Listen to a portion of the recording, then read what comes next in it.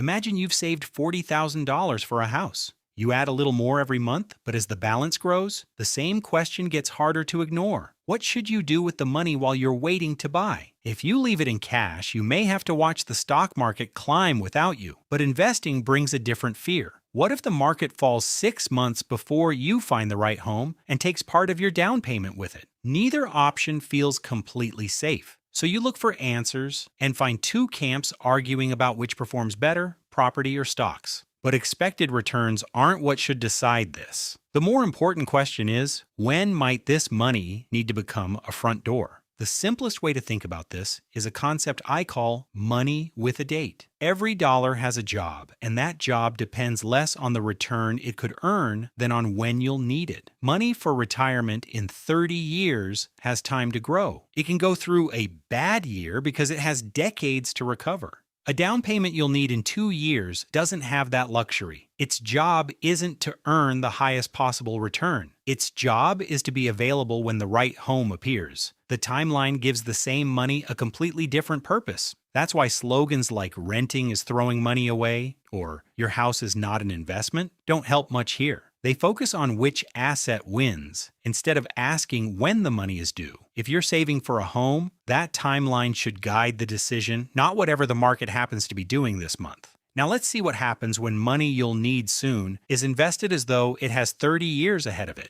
Suppose you invest the full $40,000 because watching it sit in cash feels frustrating. At first it works. The market rises and your balance grows. Then, an ordinary downturn arrives. Fidelity's long-run data shows that the U.S. market has fallen by 20% or more roughly every 5 to 6 years. If the market falls by 25%, your $40,000 becomes $30,000. The important part isn't only the $10,000 missing from the balance. If you're saving $1,000 a month, replacing it would take another 10 months. The downturn has pushed your purchase back by almost a year. You haven't realized the loss yet, but this money has a deadline. You can wait for the market to recover and risk losing the home, or buy anyway and sell your investments at a terrible moment. Either way, the market now has some control over a decision that was supposed to belong to you, but before taking that risk, you need to know how real your deadline is. For many people, the pressure to buy doesn't begin with a financial calculation. It comes from watching friends post pictures with their keys,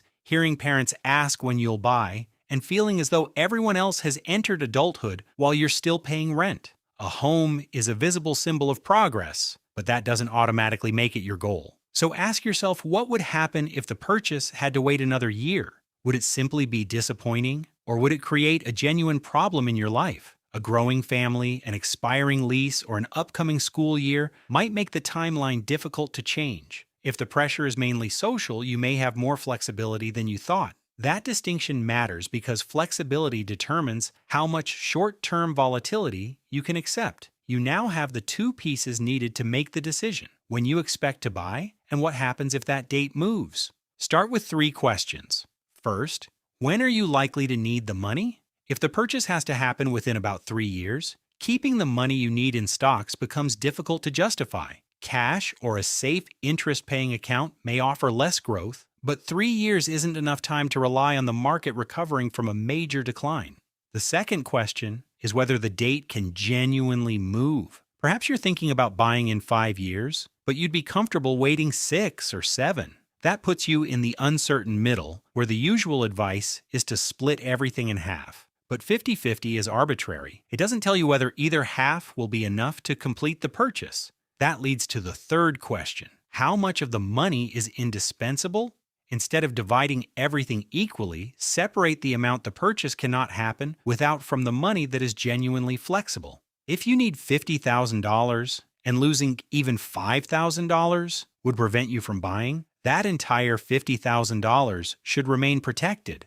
Only what you save beyond it is flexible enough to face stock market risk. This gives you a more useful distinction than cash versus investments. Money the purchase requires, and money the purchase can survive without. But to use that distinction, you need to calculate the protected amount correctly. The amount you'll need is usually larger than the down payment. It includes everything that must be available in cash before and immediately after you buy. the down payment, transaction costs, moving expenses, immediate repairs, and a reserve that remains untouched after the purchase. In the US, transaction costs alone typically add another 2 to 5% of the purchase price. Even a move-in ready home can also produce expenses during the first few months. A home shouldn't leave you unable to handle the first problem that appears. Then you need a separate affordability test. The mortgage payment, insurance, taxes, and ongoing maintenance don't need to sit in cash today, but they do need to fit inside your future monthly budget. If they don't, a larger down payment won't solve the underlying problem. Keeping the protected amount in cash has an opportunity cost. You may miss some market growth, but in exchange, you know the money should be available when you need it. That doesn't mean it must remain in cash forever, because the job of the money can change. You might spend years investing without a serious plan to buy. With no city, neighborhood, or date chosen, the money still has a long horizon. Then, your life becomes more specific. A relationship becomes serious. Your job feels permanent, or you find a neighborhood where you can imagine staying. Buying stops being a distant possibility and becomes a real plan. That's when you can gradually move the indispensable amount out of the market. As the purchase becomes closer and more certain, more of the money moves towards safety until everything you'll need is protected. So investing today, while having a vague idea of buying someday, isn't necessarily a mistake. You don't have to choose permanently between cash and stocks. You simply adjust when the plan becomes real. Here's how that might look for 3 different people. The first person expects to buy within 2 years, and her timeline can't move easily. She has a second child on the way and needs to be settled before school starts. The money required for the purchase stays in cash and earns interest. She may miss a strong year in the market, but knowing the money will be available matters more than chasing an uncertain return.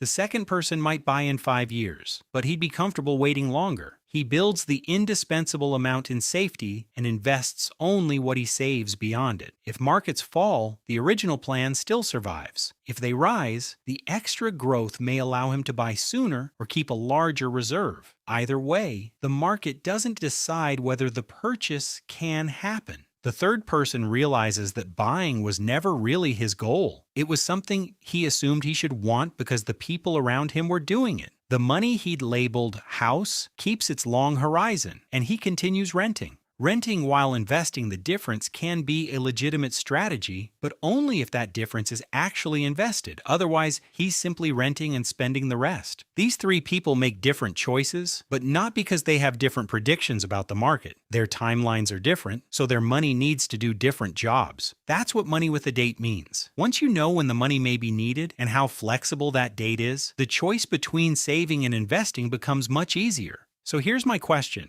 What are you focused on right now, investing or saving for a house? And for money that genuinely has decades ahead of it, watch this one next. I'll see you there.